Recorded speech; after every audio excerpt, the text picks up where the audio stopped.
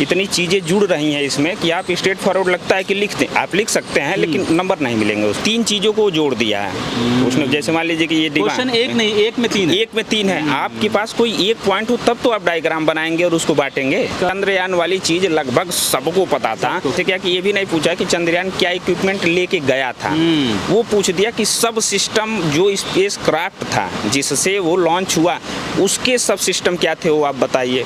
वो virtual control launch वाला जो श्रीहरिकोटा में है वो बोला कि उसने किस तरह से रोल प्ले किया इसको सक्सेसफुल बनाने में। अब अंदर का मैकेनिज्म कौन देखता है, कितना टाइम हो, जैसे पेपर खत्म हुए आधे घंटे हुए सारी चीज़ें समझ में आ रही हैं। इसमें वही एक हिट और मिस वाली चीज़ है। आप इसके लिए प्रिपेयर करने की कोशिश कर सकते हैं। अगली बार फैक्चुअल पूछ देगा, उसका नहीं अपना भी तो पता चल जाता है ना। हमें पता है कि भाई रोज़ मोटरसाइकिल से एक्सीडेंट होता है, बदल ले भाई, कार बदल लें कि हो सकता है। कैसे रहे पेपर सर? पेपर टफ था। टफ इन द सेंस क्या था टफ? जैसे क्या है कि देखने में लग रहा था कि लिखने के लिए हो जाएगा, अच्छा, लेकिन जब लिखने जाओ तो फिर उसमें दिक्कत आ रही थी। बहुत सारे क्वेश्चन में डायरेक्टली पूछा था। अच्छा, हाँ, कि जैसे मैंने objective of no money for terror करके पूछ दिया था। फिर 2 पूछा था कि 2 डैम का नाम बताइए। फिर ऐसे ऐसे करके जो चीज़ें पूछी थी तो उसमें जैसे लिखने जाओ तो उतनी तेज़ी में उतना ज़्यादा ध्यान नहीं आ पा रहा था। अच्छा। और 15 नंबर वाले क्वेश्चन में जो एक क्वेश्चन था नेशनल वेटलैंड कंजर्वेशन प्रोग्राम वाला था, उसमें फिर 2.5 पेज लिखना मुश्किल था। जैसे कुछ क्वेश्चन 15 वाले थे ऐसे थे कि आप कंटेंट एग्जैक्ट ढूंढना मुश्किल हो, कुछ ऐसे थे कि इतना कम था कि लिखने जाओ तो 1.5 पेज 2 पेज में ख़त्म होने लग जा रहे थे। और 10 वाले में क्वेश्चन ऐसे थे कि स्टार्टिंग लग रहा था बहुत सिंपल है, स्ट्रेट फॉरवर्ड है। जैसे चेंजिंग क्रॉपिंग पैटर्न पूछा था तो आदमी सोच रहा था कि चलो उसको लिखते हैं, आप डायग्राम बनाए चेंज करने जा रहे हैं। नीचे का आदमी सोचता है कि अगला पार्ट पूछा होगा, लेकिन ये पूछा था कि उसके कॉन्टेक्स्ट में, कंजम्पशन एक्सपेंडिचर के उसमें कॉन्टेक्स्ट में और मार्केटिंग के कॉन्टेक्स्ट में, कि जो क्रॉपिंग पैटर्न है वो चेंज हो रहा है, वो नॉर्मल चेंज की नहीं बात कर रहा है। वो बोल रहा है कि ये चेंज हुआ है, उसमें उसका जो कंजम्पशन हो रहा है मतलब डिमांड उसकी बढ़ी है, उसकी वजह से किस तरह से चेंज हो रहा है, और मार्केटिंग की वजह से जैसे प्राइस बढ़ रहा है किसी चीज़ का, हॉर्टिकल्चर प्रोडक्ट हो गया चाहे एमएसपी हो गया, एमएसपी की वजह से व्हीट प्राइस बढ़ गया है। और कंजम्पशन में जैसे फ्रूट वेजिटेबल्स हो गई, उसका मतलब कंजम्पशन का डिमांड सिटी में ज़्यादा बढ़ा है तो उसकी वजह से होने लगा है। कोर्स जो ग्रेन है उनका डिमांड घटा है तो उनका प्रोडक्शन भी घट गया है।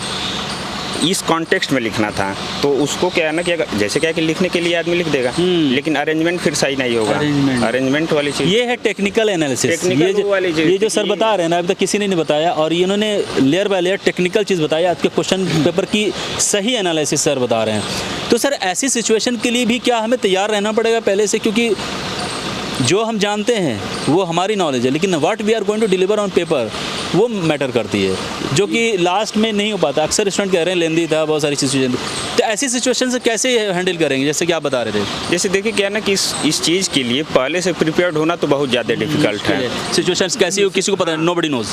जैसे क्या था कि पहले पेपर जो था, पहले पेपर वाले में क्या था कि जैसे ज्योग्राफी होता है, हिस्ट्री होता है, लेकिन दोनों को मिला दिया गया। जैसे पूछा था कि एंशिएंट इंडिया के ग्रोथ में जियोग्राफिकल फैक्टर किस तरह से मतलब वो रोल प्ले किए हैं, कि एंशिएंट इंडिया हो गया आपका हिस्ट्री वाला पार्ट, आपको पूरा एंशिएंट इंडिया का मैप बनाना पड़ेगा कि किस तरह से हिमालयन वो इन्वेजन को रोकता था, फिर वेस्टर्न फ्रंट पे इन्वेजन रुकता था। कोस्टल एरियाज में उस समय शिपिंग बहुत बेहतर नहीं थी कि इन्वेट कोई कर सके, तो उनका ग्रोथ होता गया। तो पोर्ट जो थे वो साउथ ईस्ट एशियन कंट्रीज के, तो हिस्ट्री और उसको क्या है ना कि इतनी चीज़ें जुड़ रही हैं इसमें कि आप स्ट्रेट फॉरवर्ड लगता है कि आप लिख सकते हैं लेकिन नंबर नहीं मिलेंगे उस पर बेसिकली। सर हम फैक्ट और फिगर्स, ग्राफ और डायग्राम वगैरह देखिए इस लैंग्वेज को हम कम नहीं कर सकते क्या? नहीं, आप हमको बताइए, जैसे मान लीजिए कि कंजम्पशन वाली चीज़ें जैसे डिमांड है, ठीक है, और मार्केटिंग वाली तो लिखना ही पड़ेगा। और जैसे इसमें मेन क्या है ना कि 3 चीज़ों को जोड़ दिया है उसने। जैसे मान लीजिए कि ये क्वेश्चन एक नहीं, एक में 3 है। एक में 3 है। आपके पास कोई एक पॉइंट हो तब तो आप डायग्राम बनाएंगे और उसको बांटेंगे। करेक्ट। जैसे 3 चीज़ें हैं तो फिर उसको आप लिखने जाएंगे पैराग्राफ में, और पैराग्राफ में जिनको लिखने की आदत नहीं उनको लगता है कि यार ये पूरी कहानी जैसी ना हो जाए, कि ऑप्शनल का पेपर तो है नहीं कि कहानी की। मतलब ये जो है ना कॉन्सेप्चुअल फ्रेमवर्क इस तरह से हो गया है कि उसी समय सोच पाएंगे आप, क्योंकि यार यूपीएससी क्या चाहते हैं स्टूडेंट से कि आप भी रोबोटिक हो जाओ क्या? मतलब आप नहीं, रोबोटिक वाली चीज़ तो नहीं है।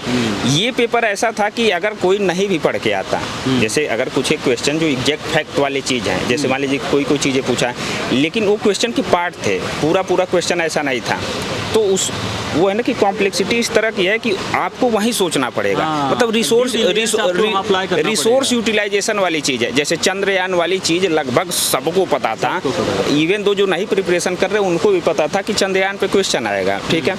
बेसिक स्टार्टिंग में था, उसमें पूछ दिया कि जैसे क्या कि ये भी नहीं पूछा कि चंद्रयान क्या इक्विपमेंट लेके गया था, वो पूछ दिया कि सब सिस्टम जो स्पेस क्राफ्ट था जिससे वो लॉन्च हुआ उसके सब सिस्टम क्या थे वो आप बताइए। और एक जो था कि वर्चुअल कंट्रोल लॉन्च वाला जो श्रीहरिकोटा में है, वो बोला कि उसने किस तरह से रोल प्ले किया इसको सक्सेसफुल बनाने में। अब अंदर का मैकेनिज्म कौन देखता है? ऊपर का तो सभी ने पढ़ लिया होगा, लेकिन अंदर की चीज़ें एक चीज़ उसने पूछा था कि इसका मेन ऑब्जेक्टिव क्या था। मेन ऑब्जेक्टिव सॉफ्ट लैंडिंग करानी थी, इतना आपने लिख दिया, उसके बाद आपको आता नहीं 15 नंबर का क्वेश्चन है। तो वो चीज़ है कि कॉम्प्लेक्सिटी इस तरह की है। जैसे कुछ यही मैं बोला कि इस वाले क्वेश्चन में आपको सीधे सीधे पता होना चाहिए, सब पार्ट आपको नहीं पता आप लिख ही नहीं पाएंगे। वो वर्चुअल कंट्रोल वाली जो चीज़ थी, अगर वो आपको नहीं पता आप लिख ही नहीं पाएंगे। अभी जो नो क्या था, ये नो मनी फॉर टेरर वाला जो कॉन्फ्रेंस हुआ था, उसका एम एंड ऑब्जेक्टिव पूछा था। और ये भी क्या था कि ये भी नहीं पूछ रहा है ना, जैसे उसमें जो सटलिटी थी कि 2-3 जगह पे, जैसे कुछ जगह पे पूछा था कि जो गवर्नमेंट मेजरली है उस पर कमेंट करना है, मतलब जो सब पार्ट था क्वेश्चन का। कई जगह पूछा है कि जो गवर्नमेंट की पॉलिसीज हैं उनको डिस्कस करना है। इंसान क्या करता है कि लिस्ट वाइज मेजर्स लिख के और चला आता है, और दोनों क्वेश्चन में 2 अलग अलग चीज़ें पूछ दी। तो सटलिटी इतनी ज़्यादा है, समय इतना होता नहीं है, आदमी ऑलरेडी एग्जाम वाले प्रेशर में होता है। और जब ये अब तो समझ में आ रहा है ना मुझे, कितना टाइम हो, जैसे पेपर खत्म हुए आधे घंटे हुए, सारी चीज़ें समझ में आ रही हैं। लेकिन ये वाली चीज़ ऐसा नहीं है कि इंसान उस चीज़ को समझ पाने में कैपेबल नहीं है, लेकिन जितना टाइम गिवन है, जितने वर्ड लिखने हैं, एक प्रेशर ही बना रहता है जल्दी। हाँ, जितना कॉम्प्लेक्स क्वेश्चन है उसकी समझ उस टाइम पे उसको निकाल पाना। और ये एक आदमी की बात नहीं, जैसे अभी 4-5 लोगों से बात हुई। और सबसे एक चीज़ ना, जैसे क्लास में दिखता है, आपने डिटेल्ड एनालिसिस किया, आपने सही बताया जो हाथ कैसे चल रहे हैं।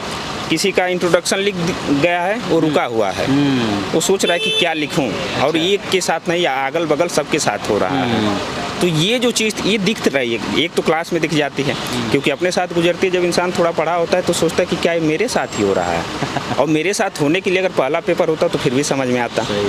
एसए वाला, जैसे क्या कि एसए वाली चीज़ थी तो हो गया। फिर पहला दूसरा पेपर जीएस वाले में था, जीएस वाले में फिर भी ये था कि जोड़ा जा सकता है। इसमें हर चीज़ डायनामिक है, जैसे ज्योग्राफी फिक्स है, हिस्ट्री फिक्स है, तो आप जोड़ सकते हैं। इसमें सब कुछ डायनामिक है। इसमें चंद्रयान का सफल होना भी नया है, उस स्पेस क्राफ्ट का सब पार्ट भी नया है, ये जो वर्चुअल वाला जो कंट्रोल था वो भी नया है। 3 नई चीज़ें एक साथ जोड़ दीजिए आप, तो ये चीज़ है कि इतनी सटलिटी वाली जो कॉम्प्लेक्सिटी थी ना। अब इसके लिए है कि इसमें वही एक हिट और मिस वाली चीज़ है।